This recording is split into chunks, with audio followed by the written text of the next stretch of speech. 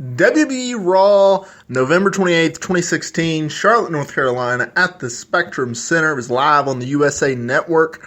Michael Cole, Byron Saxton, and Corey Graves were your host. It was a good show. You had three main angles or arcs in the storylines. You had three title matches. You had an appearance by Paul Heyman. And I don't want to make this like a traditional results show. I really don't. I've done those previously, but everyone does it, and it's kind of repetitive, and I don't want to hear the same thing, so I'm just kind of go through the show. I will say this, though, and one thing that I have not seen a lot of people point out is Roadblock. We got one match confirmed, but we already knew it. The arena that hosts Roadblock, and I don't have it on the top of my head, but they came out several weeks ago and already announced it. It's going to be Roman Reigns versus Kevin Owens for the WWE Universal title at that pay-per-view. That'll be the main event. They've also came out the arena, announced on their Facebook page that Seth Rollins versus Chris Jericho will also take place on that show. And that's all fine and dandy. But we didn't get a lot of build to that pay-per-view. We didn't get any other matches announced for that pay-per-view, which I'm a little surprised because it takes place on the 18th of December. But they did do a good job of storytelling. You know, we always hear Vince McMahon on these conference calls say that they are storytellers. Well, WWE delivered that on Monday night.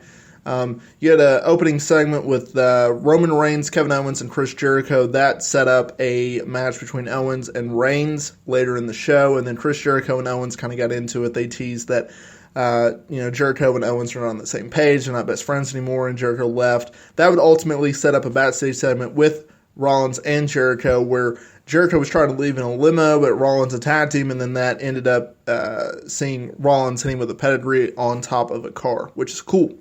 Just quick match results, and then I'll give my final thoughts. You had Braun Strowman go over R-Truth in about 30 seconds. That led to Sami Zayn coming out, and they brawled, but of course Strowman, the bigger man, outpowered him, destroyed him. That led to Mick Foley coming out and try to give this heartfelt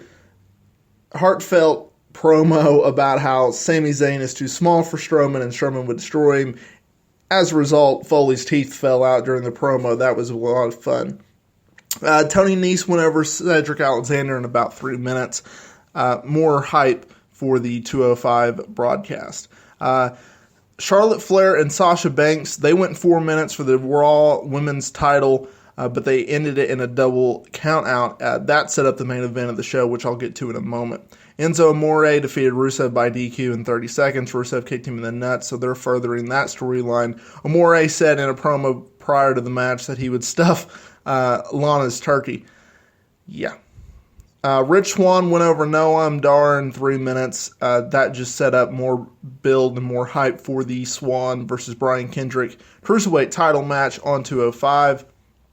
Roman Reigns defeated Kevin Owens in 17 minutes in a non-title match. This set up Reigns earning, quote-unquote, the opportunity to challenge Owens for the WWE Universal title at Roadblock. The New Day retained their Raw Tag Team titles against the Club in 9 minutes. Honestly, it was a nothing match. And then the main event, which was the match of the night in my opinion, Sasha Banks defeated Charlotte Flair to earn the Raw Women's Championship in a no count-out, no disqualification, falls count anywhere match. And they went 16 and a half minutes, and it was a hell of a match. After the match, WWE Hall of Famer Ric Flair came out there and kind of just raised Banks' hand, and that will further the storyline between not only Banks and Flair, but both women and Ric Flair, who has been off of television for several months after Charlotte basically told him that he was a deadbeat dad. Anyway, y'all, that is the Raw results for November 28th, 2016. Hope you like the format of this. Trying to keep it brief, but insightful. Anyways, check out WrestleNewsCo.com as well as eWrestlingNews.com for all your latest WWE news.